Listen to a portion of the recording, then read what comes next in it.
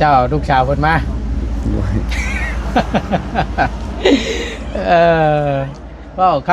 ำเป็นแปลนดูได้หน่อยเนาะ โดย เฮ็ดได้ซะมักเด้อเนาะจังเอา มากแล้ว จักปีเลยจีบกันหรือว่าได้คุยกันมานี่ ยังมันหอดปีนะลมประมาณ2-3 มื้อ ช่อง3มื้อนี่ โดย ว้าว สำนั้นแท้ 3มื้อได้เมียเลย นี่แหละว่าหยอกกัน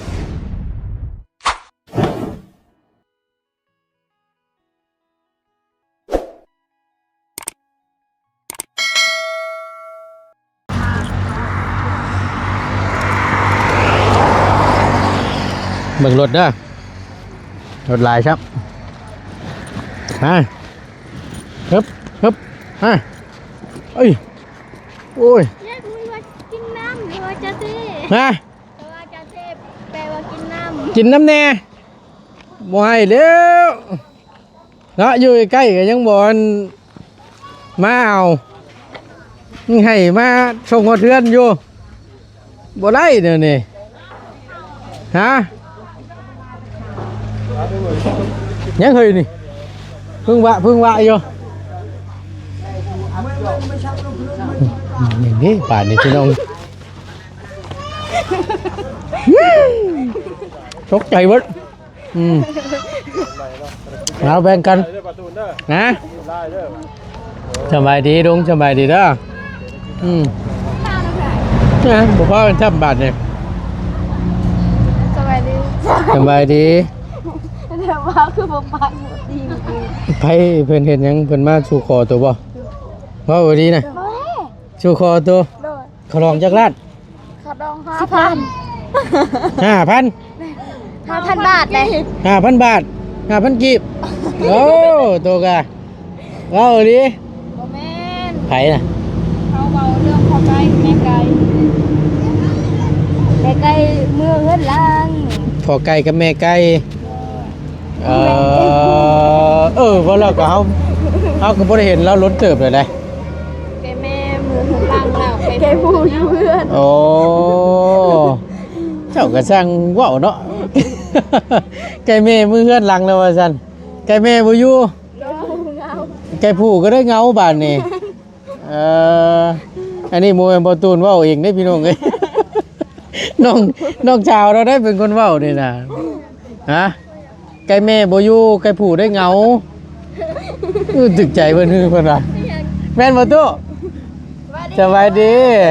เป็นอะไรเพิ่นโอ้ล้มกัน แล้วมาพอจะ พอจะ มีปลาไก่ อ้าว ไปเมียมันไม่ได้มา อ้าวขอพิซซ่า บ่ได้มา บายกันนะพี่ อ้าวก็สร้างว่าแต่ เป้า เออ เอามานั่นมาทำเนี่ยพี่ได้อยู่เกมไปมือหลังมาทำเมียตะเบาเมียปากกาย ไปนั่งเว้าแล้วเปล่าโอ้ดีใจนะมันพอน้องเลี้ยงแล้วเพิ่นสละโสดอีกครอบตัวอ๋อสร้างครอบสร้างครัวตัว นั่นเมียมัน ใช่ นั่นเลยนางไปเถอะ พอผู้นั้นก็แม่นบ่ แม่ แม่ไม่น้องเลี้ยงบ่ โดย เออ แล้วกินน้ำไม่ได้ บ่โอ้ตั้งหากันน่ะเนาะแล้วก็มาเว้ามื้อนี้นี่เว้าเรื่องพอปลาไก่โอ้แสดงว่าถึกได้สัจจะว่าน่ะเนาะ บตูนขึ้นว่ายังขึ้น นะ เขามาขอเขาบอก แนวมันแล้วเนาะเออ เขามาขอแหละเขามาขอ5,000กีบ เขามาขอ5,000กีบบ่ว่าสิถึกปานนั้น บ่10,000กีบซ้ เห็นว่ากันเนาะเอาหาเงิน500หมูน้อยตัวหนึงซะฉันเอาตัวเนาะเพราะเป็นฮีดเป็นคลองเนาะ ำบตูน เออ 5,000กีบบ่พอบ่มีค่ะบ่มีอันนั้นบ่มีหมูน้ บ่มีหมูนำ ำแม่น วาย มีแต่ไก่ตัวเดียว ช่างเว้าแทบบาน แท้บ่เสือท่านน่ะ ว่าดีน่ะเว้าเจือได้ FC เพิ่นเห็นเพิ่นเบิ่งอยู่นี่เพิ่นมาดีเด้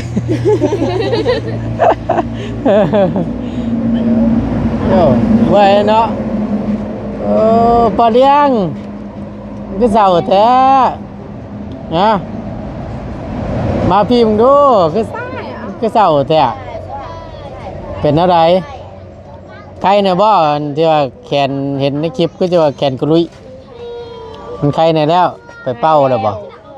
เจ็บคอ มีแต่หาใกล้แล้วก็หาหิดหม้อให้แล้ว สบายดีล่ะ เต็มรถ หาไก่หาหยัง หาเงิน หาเงิน เดี๋ยวตั้งขาย ตั้งค่ายอ๋อแบบว่าเฮาเป่าเศร้าจังซี่บ่ เดี๋ยว ครับเป่าเศร้าแล้วจะแก้คู่แก้ค่ายให้เพิ่นอืมอ่ะ แวะมาเพื่อปะ กับเงินน้ำ200,000 ไก่ตัวนึง ไก่ตัวหนึงเงิน200,000ไก่ตัวหนึงชิ้นพื้นหนึงแล้วก็มีหยังอีกบาดนี่ มีแต่เหล้าแก้วนึง เหล้าแก้วหนึงได้อยู่หน้าเหล้าแก้วหนึงนี่ ยัง เนาะเอ่อ อันแรกไปที่ไหน ดีใจนำเด้อพ่อเราอยู่ใส่เนาะอ้ายเราอยู่ใส่แต่พี่น้องไงอยู่ในเพิ่นเนาะเอาให้เพิ่นล้มเวียกก่อนจังหน่อยเนาะว่า ไปไหม โอ้ดีนะ ทำแล้วไหม เนาะซุ่มได้เรานี่โอ้ยเบิ่งเชิญเราไปนั่งล้มอยู่เตียงเพิ่นน้อยผู้เป็นหยังพี่น้องเอ้ยเนาะถามเราก่อนนะดีใจนำเราก่อนสักครั้งหนึง ขาดองขาแดงขาได้เนาะ จะพูดคือกันได้นี่นะ ขาฮิตเขาของเขามีครบแล้วบ่ โอ้ยตาย เขาเอาคืนไป เนาะพร้อมแล้วบ่เนาะ เคยเรียกคือเงาก็บ่มีเงินนั่นแหละ บ่ แต่งแล้ว พูดแล้วพี่หน้าผ้าไหมขายมันได้พุ่นน่ะจังว่ากัน 10 ปี4 ศาสตร์ก็บ่ได้ดอกไขมัน อ้าวเว้าบ่สร้างได้พี่หน้านี่โล 3,000 ก็มี เราซ้ำ เนาะของมี แบ่งกันตอนนั้นน่ะผู้ละ100,000บางทีผู้ละ50 ก็บ่ได้ซะ เฮ็ดได้ซะเนาะ ผู้ละ100,000บ่พอ เออ สิลุงทุนไทยอีก บ่เบิ่งอันไปหาเราก่อนเด้อไปหาอันทางเงินพอ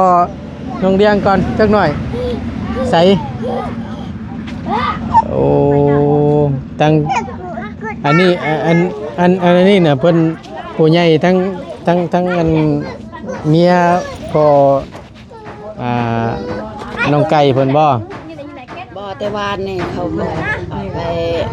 เว้าความอยู่พุ่น เอ่อ พอมันบอก และสรุปแล้วนี่เพิ่น มาบ่มาก็บ่จักเจ้าแล้วมัน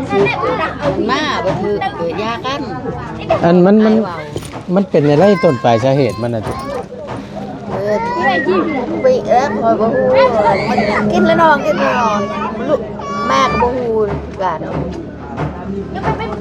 ทางเมียก็เลยเมื่อ เมื่ออยากมา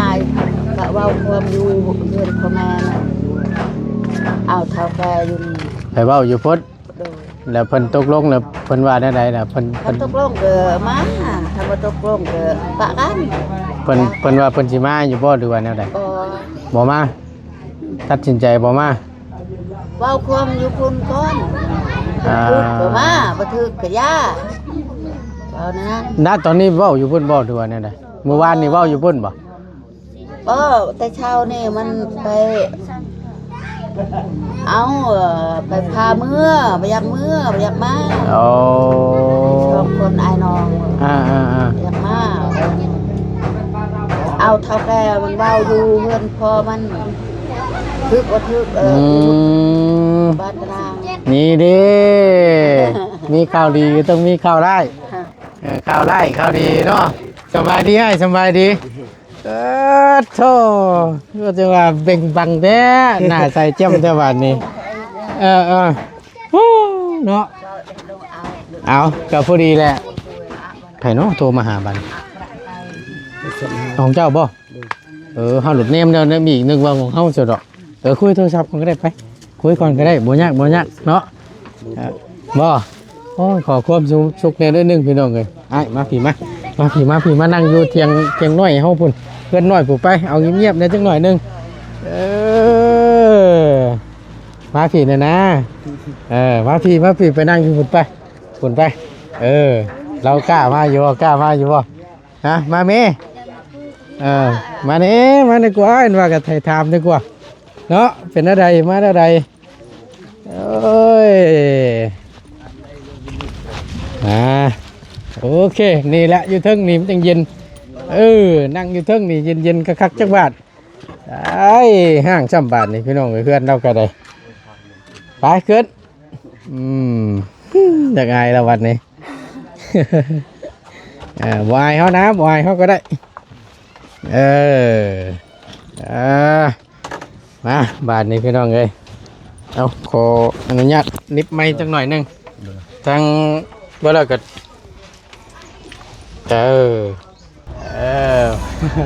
โอ้ยอีกว่าได้พี่น้องเลยเนาะวายเด้อวายนี่เบิ่งตาเถ่าเจ้านี่บ่ต้องอายเขาเด้อมาบาทนี่พี่น้องเลยขออนุญาตบาทคำอาจจะตั้งเนิ่นๆในนิดนึงเนาะ โดย กับพอดีมื้อนี้เป็นมื้องามยามดีแม่นบ่ โดย ทางผู้ใหญ่ทางเมีย โดย เพิ่นมาอันนี้บ่มาไหวมาขอมาเว้าเรื่องค่าลองค่าสินสอดนี่บ่ โดยต้องมาถามแบบเหตุผลแบบได้ผมแบบเท่าแก่เนี่ยโฮมถามมาแล้วแบบได้มักหักกันบ่ก็ว่านั่นนะซึ่งมาฮอดที่แต่เฮาก็ถูกต้องกันเฮาว่าเราก็คือกัน แล้วบัดนี้แหละคุยกันตกแตกแล้วบ่นี่ อยู่ทางนั้นนั่นยัง ฮะ ยัง อยู่ โดยนี่แบบเขาถามเบื้องเฮาแบบเบื้องแบบผู้ใหญ่เบื้องเฮาก็ถามแบบสมเฮามาพี่นะยันเป็นยังแล้วเขาถามไปลิ้นหรือไปยังกะนะเขาถาม โดย หินเราเทิงทำแบบนั้น แล้ววันนี้แหละ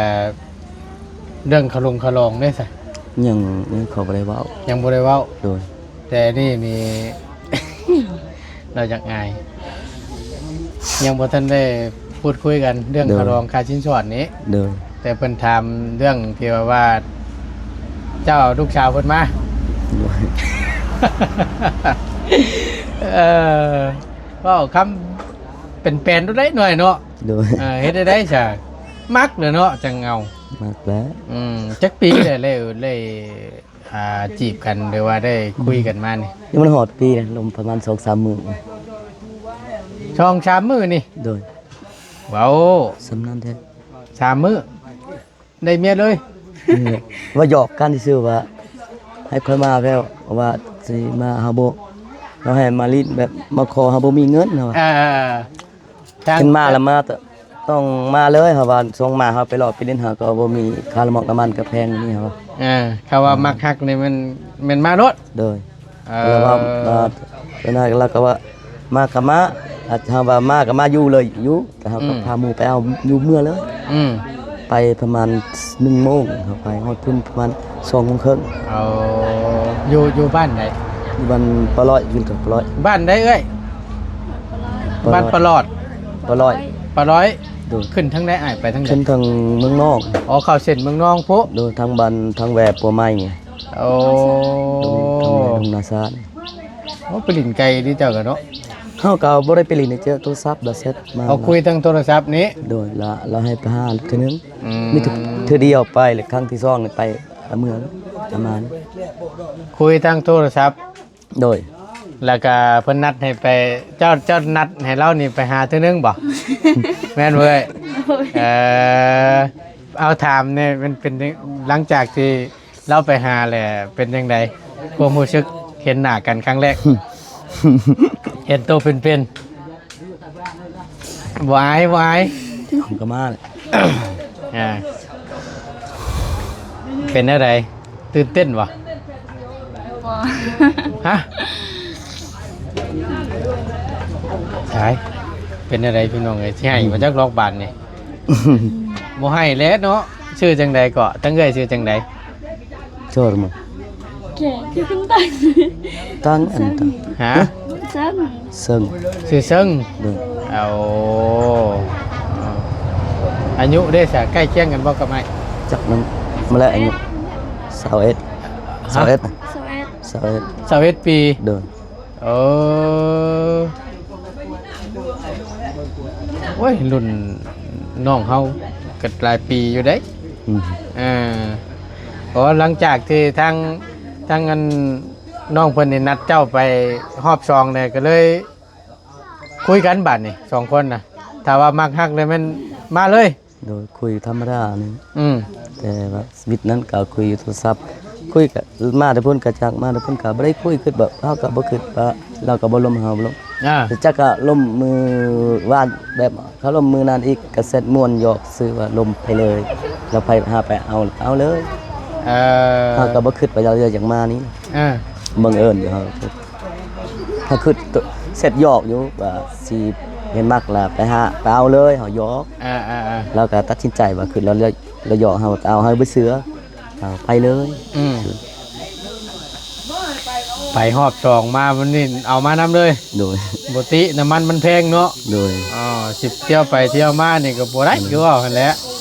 มันไกลเด้พี่น้องเอ้ยเข้าเส้นเมืองนองพวกมันก็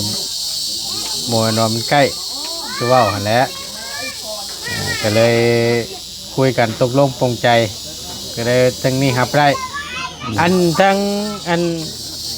ชื่อจังเกาะเฮาลืมเมื่อกี้นี่ซึ่งทั้งน้องฮู้อยู่บ่ว่าเราเคยมีครอบมีครัวมาก่อนเนาะ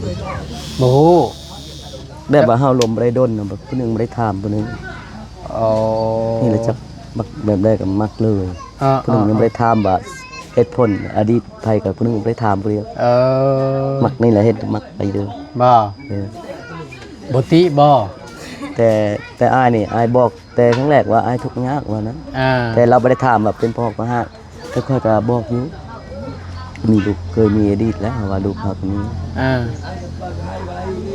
แต่ว่าทั้งเจ้านั้น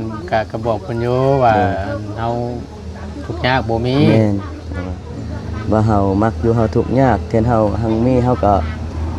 บ่ว่าปานนั้นดอกเฮาก็ไปเลาะไปเล่นก่อนเฮาว่ายังว่าไปลมโดนๆก่อนนี่ก็เฮาทุกข์ยากจำเป็นว่าเจ้ามักแล้วจะมาเลยคำว่าอดทนสู้ได้นำกันแล้วก็มาโดยแต่บอกตัวนี้เนาะบอกแล้วแต่ว่าในเมื่อว่าถึงที่เฮาเคยมีครอบมีครัวมาก่อนนี่เพิ่นบ่ถามก็ยังบ่ทันได้เว้าทั้งนี้เนาะโดยแล้วบัดนี้แหละ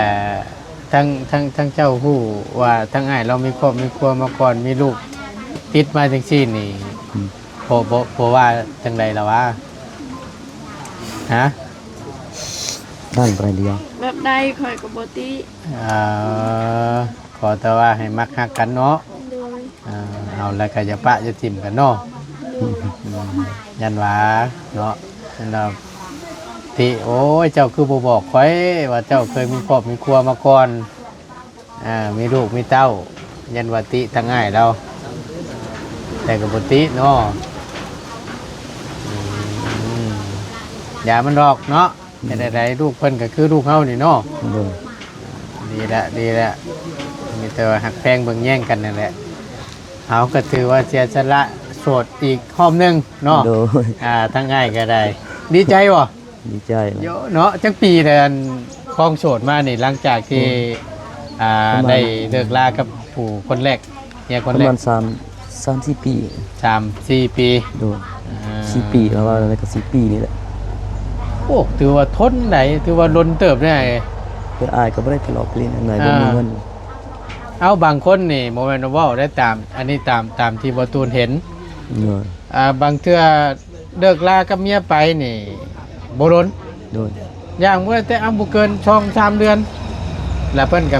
มีครอบครัวใหม่จังซี่นะโดนแต่ทั้งอ้ายอยู่ได้ฮอดอัน3 ปี4 ปีนี่โอ้ถือว่าสุดยอดแล้วเขาบ่มักเด้เขามักอยากเอากันเขาบ่มัก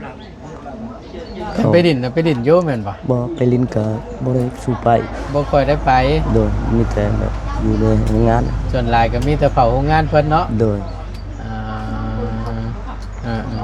อันนี้ก็ได้ย้อนออนไลน์นี่เนาะโดยได้ทาง Facebook อันนี้ติดต่อหากันคุยทางนี้โดยอย่าว่าก็เห็นอยู่ทางโทรศัพท์วิดีโอคอลหากันนี่เนาะเห็นแต่ว่าพ่อตัวจริงยังบ่เห็นจักเทื่อยังบ่เห็นจักเทื่อหลังจากที่ได้ล้มกันแล้วก็เพิ่นได้นัดให้ไปหาโดยล้มอยู่โทรศัพท์ก็บ่ได้ฮอดมาเป็นเดือนนะประมาณ 3-4 มื้อ จำนะ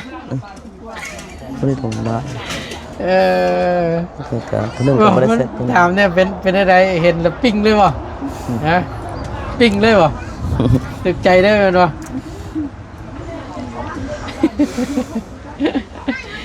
เอ้ยเนาะเป็นครับมาเมื่อคืนนี้บ่ มีซื่น มาเมื่อคืนนี้ โดย จะมือเอาขึ้นบ้านป่ะจ๊ะ แม่น แม่นบ่เจ้าก็พ่อกระซิบบอกเขานี้ ประมาณเพิ่นเรานอนกะซ่อง3มื้อแลงอยู่เฮือน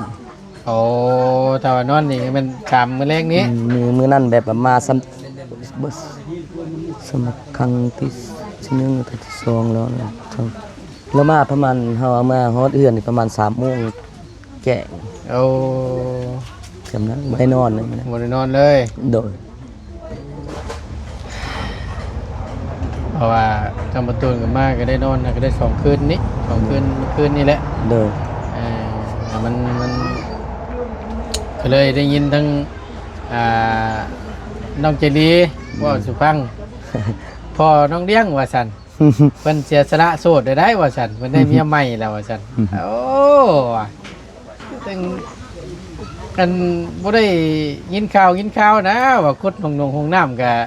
สมอยสวิงอยู่ว่าคือบ่มีข่าวจังใดว่าแต่ว่าล้มกันบ่ได้ล้นเนาะ โดย 3 มื้อนึงเราอ่ะพบพ่อกันไปมื้อแรกนี่ยังบ่ว่ากัน โดย ไปขึ้นไปรอบ2นี่เอาขึ้นรถมาเลย แบบให้รักเลย ไปรักเราอยู่เพื่อนเลย โดย ป้าโธ่ขักกะดีจ้ะอันนี่ สิว่าง่ายๆถ้าเปรียบเทียบคือทางบ้านเฮานี่ก็แบบว่าทา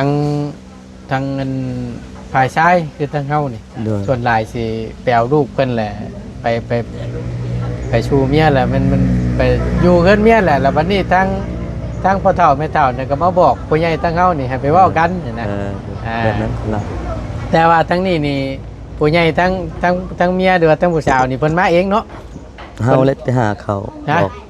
ให้เฮาแบบเวลาเฮามีนั้นเฮาเลยไปหาเขา โอ้ให้ เฮาเอาไปลูกเขาร้านเขาได้ อืม ตามเรื่องที่เรื่องของเขาก็ทำเขาเว้าแล้วใช่ไหม แต่นี่น่ะเพิ่นจังว่าทั้งนั้นแต่งแก้วแต่งเคยมานำมาเว้ามาว่าก่อนมาจักนี่แม่นบ่มาพูดคุยกัน มี ก่อน แต่แบบว่าเขาจะฮู้เรื่องเหตุผลแบบน้องทาม อย่างนี้นะ แต่ชีวิตจะล่มนะจักมื้อผู้นึงแบบว่าบางเทื่อเฮาตัวบ่เอาบางเทื่อเราเอาเงินเอาคำเฮาบ่มีเงินใช้อะนะ ลายันว่าเราก็มาพี่เลยอย่างนั้นแบบนั้นยันบางทีนึงซองมายันเฮาขู่แม่บ่เห็นมันนะ โอ้ เขาสิแบบตรงผู้ใหญ่เขาเว้าตามนั้นตามของ สิว่าง่ายๆก็มาถามเบิ่ง โดย พอเหตุใด มาแบบใด โดย มักฮักกันดีบ่หรือว่าจังไดเนาะ โดยแบบนั้นแล้วเขาผู้ใหญ่ถามก็คือน้องถามเฮาอย่างนี้นี่ก็แบบเดียวเลยเขาถาม บาง ก็มักนี่แหละเนาะ บางเทื่อเฮาบ่มีแต่บางเทื่อเฮาเว้าแบบนำผู้สาวว่าเฮารวยเฮานั่นเฮานี่นะบางคนเขาก็เว้าในนั้นแต่บางเทื่อกับผู้สาวเสื้อกับผู้สาวมานำแล้วสุดท้ายมาเฮือนเฮาทุกข์ยากแล้วได้ในนั้นนะยันเฮาตัวว่าเอาลูกสาวเขา ยันไปอวดโอ้ โดย ไปอ้างว่าเฮามีเฮาอ้างเฮามี โดย ยั่วลูกเพิ่นมาสิติ โดยแบบนั้น โอ้ มันสิถาม โยเนาะว่ามันมีบ่ไอ้นั่นน่ะ มันก็มีค มัน นก็ เฮา มีบางคนเนาะ บางคนได้ยินเขาว่าคนทักทุนทางใดถือผู้สาวไปลิ้นแต่ไปสี่ไปเฮือนแบบไปสโปนเฮือนแต่ว่าใหญ่ๆมีรถมีนั่นนี่เฮือนเฮาเท่านั้นนี่ตัวบางคนนะ ไปซื้อไปแอบอ้างว่าเป็น โด เจ้าย ของ โดยแม่นหลายคนนะเป็นอย่างนั้นก็หลายเด้อแต่สลับอายเนี่ยรีบใส่กับอายเว้าบ่มี เอาตรงๆเลยแหละดีที่สุดหน่อยเนาะ โดยเรื่องลูกเรื่องเมียเรื่องแบบอดีตเฮาจะคนทุกคนเฮาเมียเฮาก็บอกตรงๆเลยเขา ดี บ่ได้อำเขามักก็มักเขาบ่มักแล้วก็อย่า ถือ สบายเลยครับ ถูกต้องแหละนั่นน่ะ คือเจ้าชื่อตัวในใดก็อย่าเข็นขลาดว่าเจ้ารวยขลาดเจ้าเว้าทุกข์ก็เขาหูอยู่แล้วคน แม่น บ่ต้องคนต้องเขาหู ก็ลาว่าเฮาทุกข์เฮาสิไปเฮือนผู้นั้นเฮือนผู้นี้เจ้าทุกข์ก็ลาสุดท้ายเขาอยู่เฮือนเจ้าก็เขามีเฮือนอยู่ก็บ่มีคือเก่าแฮงเฮาแฮงเขาถือสาเฮาในนั้นอีกแฮง แม่น เฮาบ่มีก็ว่าบ่มีเนาะก็ละเฮามีเฮารวยซำใดก็อย่าเฮาว่าบ่มีก็เขาฮู้จักเอง แม่น เขามาเฮือนเฮา แม่น เพราะว่าอ้ายนี่นั่นนี่บ่ปักอูดนั่นเขาก็ฮู้ ถ้าตั้งเทื่อไปเว้าว่าหังมี โดย บัดพอมาอยู่แล้วผัดบ่มีคือเว้า โดย มันก็บ่คักปานใดเนาะ แม่ นั่นมันเป็นการตัวเนาะ โดนตัว เว้าตามชื่อตามความจริงนี่แหละคือตั้งไงเว้าถึงแล้วเฮาก็มีแต่ก็บอกว่าบ่มีมีอยู่แต่ว่ามีแบบในฐานะกลาง โดย ๆบกก็บ่ถึงแบบว่าบ่มีเลย โดย มีแต่บ่หลายจังซี่ โดย ประมาณนี้นะแต่มาเห็นก็แบบว่าผัวเฮาก็บ่ได้ตัว ก็แม่นความแล้วเว้าอยู่อหย่างประมาณนี้เนาะเอาจังใดก็ดีใจน้ำอีกครั้งหนึ่งเด้อ โดย ดีใจน้ำเนาะ โดย ถือว่าได้สละโสดภายในถือว่าล้นเติบแล้วบ่ตูนก็ว่า3 ปี 4 ปีที่เราครองโสดมานี่ โดย แล้วก็เลยมาเสียสละโสดในมื้อนี้เนาะก็ถือว่าได้สร้างครอบสร้างครัวใหม่ครอบสองว่าสั้นซะยิ้มอย่างเดียวทั้งนี้นี่แหละความหักหวานๆกลมเอ้ยเนาะ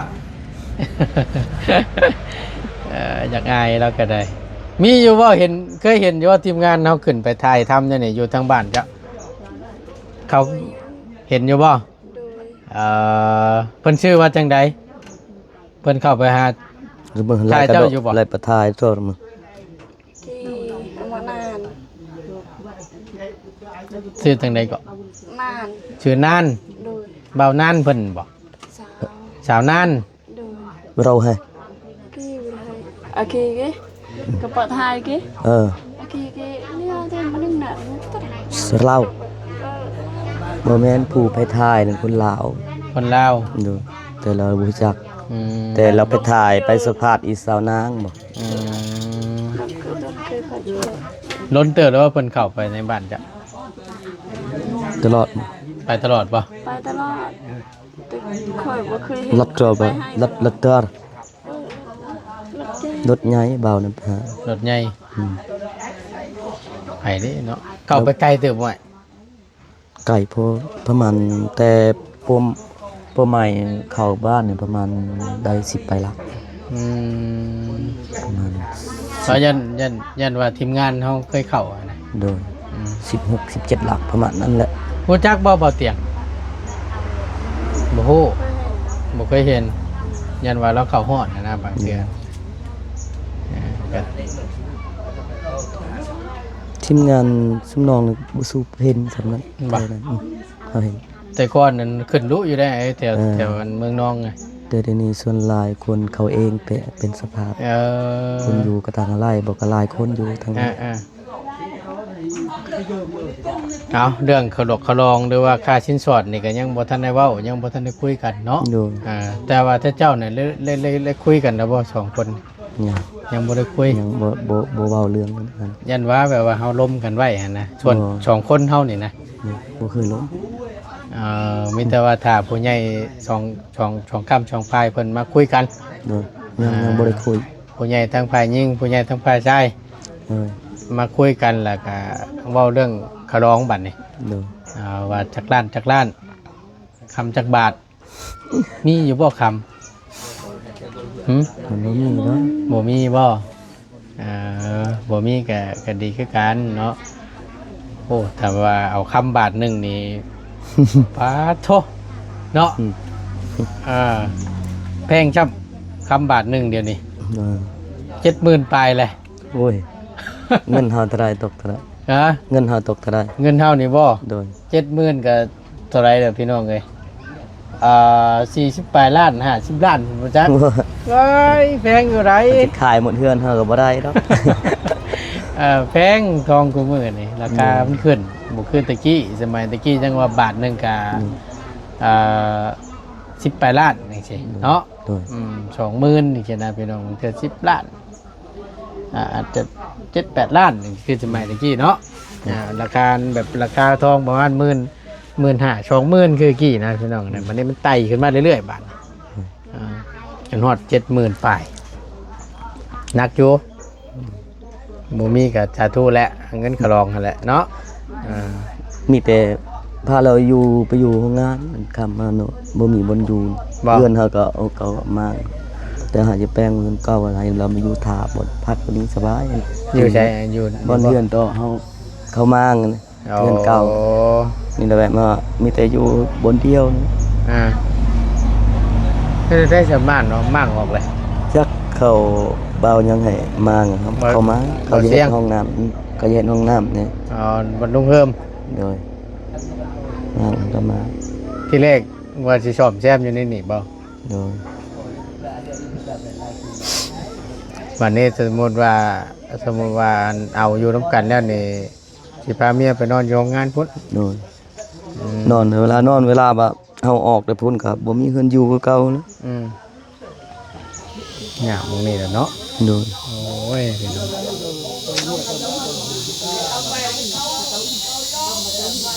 คนเอาโดยปักพิงพุ่นไปก่อนช่วยกันสร้างช่วยกันหามีมาหาได้แล้วก็จังว่ากันเอาจังได้ก็ดีใจอีกรอบนึงได้เด้อโดยดีใจน้ำหลายๆเนาะยินดีน้ำเดี๋ยวจะค่อยว่าการพี่น้องเรื่องการชิ้นช็อตกระลองแล้วก็เราจังพังไปน้ำกันให้เพิ่นโอ้ร่มพูดคุยกันเนาะว่า2 กับ 2 พายเพิ่นนี่จะว่ากันแนวใดสิมีอย่างแน่เงินกระลองจักล้าน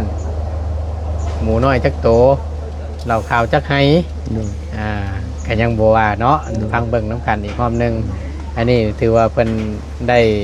เชื่อว่าง่ายคือทางบ้านกับเพิ่นแต่งแก้วแต่งเคยหรือว่ามาตามมานำแบบว่ามาถามเหตุผลเนาะที่ลูกชาวเพิ่นมานำนี่ได้ตัวมาโบหรือว่าหลอกลวงมาโบหรือจังใดถามเพื่อความแน่ชัดเพื่อความชัดเจนนะแต่พอหลังจากฮู้แล้วก็บ่เป็นหยังบาดนี่ก็คือว่าง่ายๆก็บ่ได้ตัวบ่ได้ต้มบ่ได้หลอกไปมาด้วยความเต็มใจมาด้วยความฮักความมักจำนั้นแล้วเพิ่นก็โอเคแหละเนาะแล้วเพิ่นก็เมื่อคุยกันบาดนี่เอาก็คือสิบ่มีหยังหรอกบาดนี่มีแต่ว่าปลูกแล้วว่ามันปลูกแล้วเสียหญ้ามันปลูกเยอะมันทั้งบ้านนะปลูกเยอะมันอยู่บ้านปลูกแล้วได้จักล้านแต่ละปีเจ้าบ่ได้ขายบ่พ่อแม่ขายยันว่าเพิ่นขายแบบสรุปผลสรุปแล้วปีนึงได้จักล้านจังซี่หมดจักน้ำช้ำมีพี่น้องจะคนอยู่เฮือน5 คนมีครอบมีครัวไปแล้วโอ้เจ้าลูกชาวลาบ่เนี่ย